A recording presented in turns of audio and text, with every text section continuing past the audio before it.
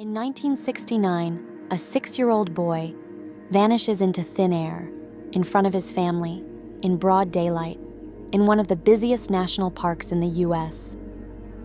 The three boys scared the family, and Dennis never showed up. This is the haunting true story of Dennis Martin, one of the strangest disappearances in national park history. It was Father's Day weekend. The Martin family, William, Clyde, and 6-year-old Dennis, set out for a camping trip in the Great Smoky Mountains of Tennessee. They reached a spot called Spence Field. Other hikers were nearby, including a family also named Martin, no relation. The children decided to pull a harmless prank, sneak off and jump out to scare the adults. Dennis, the youngest, hid behind a bush. But when the kids all jumped out, Dennis didn't. His father instantly knew something was wrong. He called out for Dennis, then sprinted down the Appalachian Trail for nearly 2 miles, yelling his name. Nothing. No reply, no movement, no Dennis, just silence and a growing panic. Park rangers were alerted within hours. Over the next few days, more than 1,400 people joined the search. Bloodhounds, helicopters, military troops. The terrain was steep and treacherous, but they searched relentlessly, unfortunately. It rained hard that night. Any tracks or scent would have been washed away. No footprints, no torn clothing, no signs of a struggle. Then something strange happened.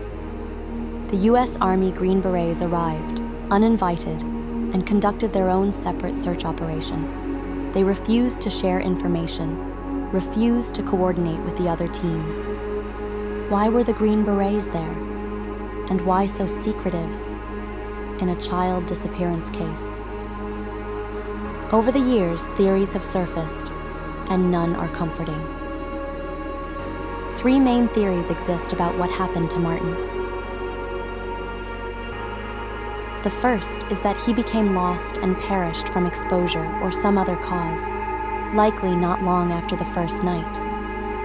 This is the most probable theory according to park officials. The second is that he was attacked by a hungry bear, or less likely a feral pig, and carried off. The third is that he was abducted and taken out of the park by something or someone. His father was a proponent of the third theory. On the afternoon that Martin disappeared, tourist Harold Key and his family heard an enormous, sickening scream, and shortly thereafter witnessed an unkempt, shaggy, rough-looking man running up the trail near where the scream had come from. Key also claimed the shaggy man was carrying cloth or clothing over his shoulder. Harold Key claims his sighting happened roughly an hour after the disappearance of Dennis Martin and a mere 5 miles from the incident. Park rangers and the Federal Bureau of Investigation concluded that there was insufficient evidence to link the sighting to Martin's disappearance, particularly given that Key's sighting was approximately 5 miles away from where Martin disappeared, and closer to 7 or 9 miles by trails, and the difficulty of traversing such a distance in the amount of time between when Martin disappeared and the time that Key provided for when the incident occurred. Years later, a ginseng hunter reported something disturbing. Deep in the forest, in an area called Big Hollow in Tremont, he claimed to have found the scattered skeletal remains of a small child. But when he told park officials, they dismissed it. No official search was done in the area. No remains were ever recovered. Was this Dennis? Or did someone not want the truth to come out? What happened to Dennis Martin?